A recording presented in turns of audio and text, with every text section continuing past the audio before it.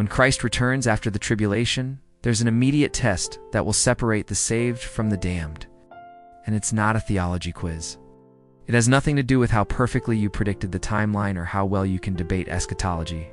According to Jesus himself in Matthew 25, your eternal destiny hangs on one simple, practical act, an act that reveals everything about your heart. Most people miss how this parable acts as the ultimate post-tribulation test, but today, we're going to unpack it, verse by verse. We'll explore how the grand drama of history might not end with a complicated exam, but with a question of simple compassion, and what that means for you right now. This isn't just about the future, it's about the very nature of saving faith. People have debated the timing of the rapture for ages, pre-trib, mid-trib, or post-trib. But what if the Bible is less concerned with the when and more focused on the who? Who will be ready? The answer is hiding in plain sight, in a story you probably think you know.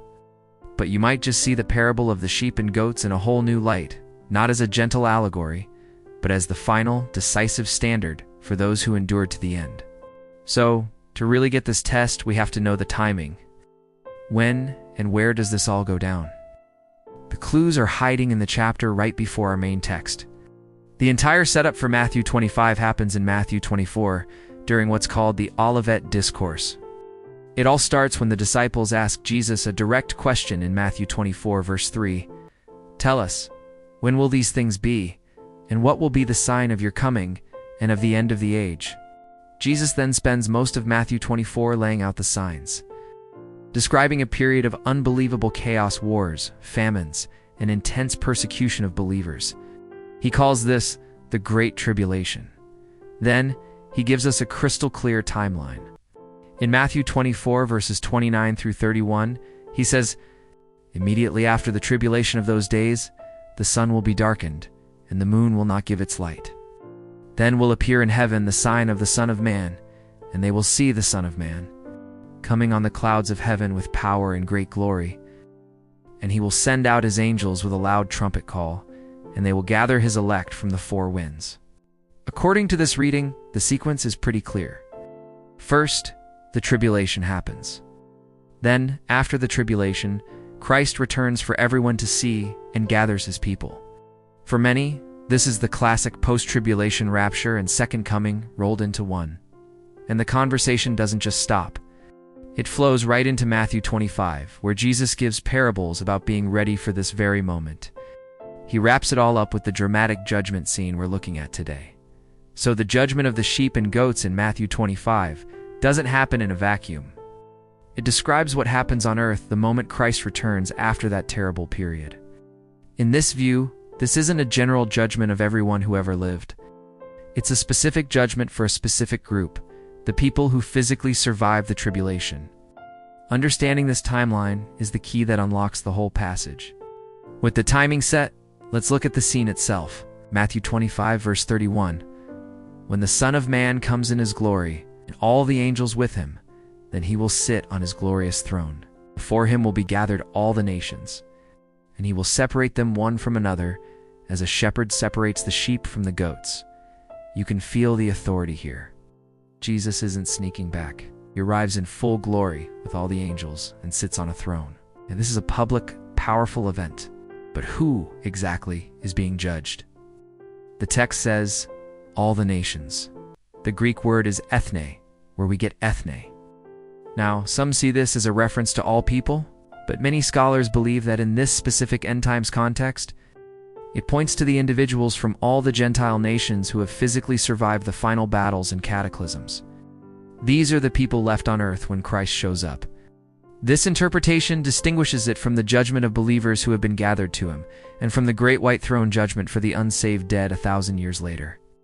This is a judgment of the living to see who gets to enter the millennial kingdom he's about to launch. And look at the process, it's swift and certain.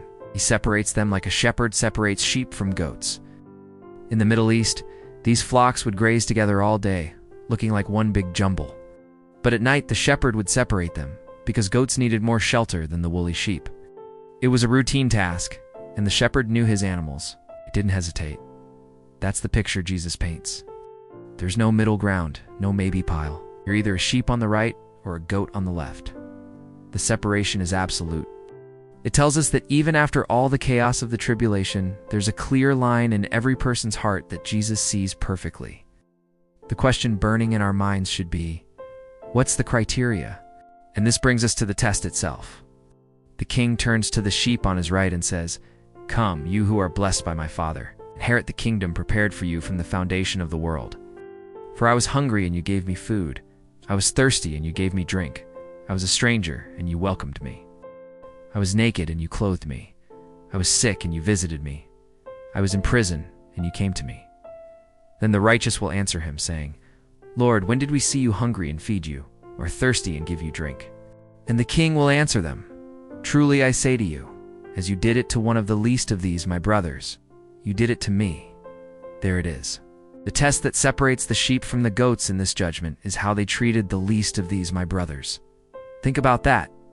The king praises them for 6 specific things: feeding the hungry, giving water to the thirsty, welcoming a stranger, providing clothes, caring for the sick, and visiting a prisoner. Notice how real and practical these are. They aren't theological debates. They're simple acts of compassion. So the test is this: when the world was at its darkest, did you show love and solidarity with the persecuted followers of Jesus? That's the simple yet profound post-tribulation test. Okay, hold on. Big question pops up here. Wait, this sounds like we're saved by works. It's a fair question, but this passage isn't saying you can earn your way into heaven. Salvation is, and always will be, by grace through faith in Christ alone. So what's happening? These works aren't the root of their salvation. They're the fruit. They are the evidence of a real living faith. As James 2:17 says, faith by itself, if it does not have works, is dead. You don't help people in order to get saved. You help people because you are saved. Their actions simply prove the reality of God's grace that was already in their hearts. It becomes even clearer when you look at the goats. The king says to them, notice the charge against them. It's not about the evil things they did. It's about what they didn't do.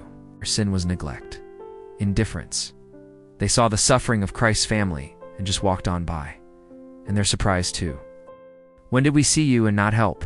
Their question shows they were spiritually blind. They never saw Christ in the face of a suffering believer because they didn't have a real relationship with him to begin with. Within this theological framework, it's vital to see this event, the judgment of the nations. The sheep and goat judgment is seen as a sorting of living survivors on earth to determine who will enter Christ's earthly kingdom and who will be cast out. It shows an orderly and just prophetic plan. So after all this talk about the future, what does it mean for us right now? It would be easy to file this away as just interesting end-time stuff, but the implications are incredibly personal. If this is the final exam, then our lives today are the pop quizzes. The takeaway is simple. If you want to be ready for the future test, you have to start living like a sheep today. This isn't about prepping a bunker. It's about cultivating a heart that instinctively and sacrificially loves the family of God. The character that will be revealed in that future crisis is being forged right now in your small, daily choices. So ask the hard questions. When you see a fellow believer who's suffering in your church or across the world, what's your first reaction? Is it an inconvenience, or is it an opportunity to minister to Jesus himself? That single mom in your church struggling to make ends meet? That's Jesus. Hungry. That elderly Christian who is lonely and shut in? That's Jesus in prison. That missionary family facing persecution whose newsletter you just skimmed? That's Jesus, a stranger in a foreign land. This parable reorients our entire view of Christian service. It's not something we do after our real spiritual life is taken care of. It is the heartbeat of a living faith. It's how we actively love Jesus. We've seen that the great test at the end of the age may not be about what you know, but who you love. The parable of the sheep and goats is a powerful standard that reveals a profound truth. The evidence of our faith is measured by our tangible sacrificial care for his suffering family. You treat the least of these is how you're treating him. The time to prepare is now. The character of your heart isn't decided in a future crisis. It's being revealed today. I really encourage you, don't just take my word for it.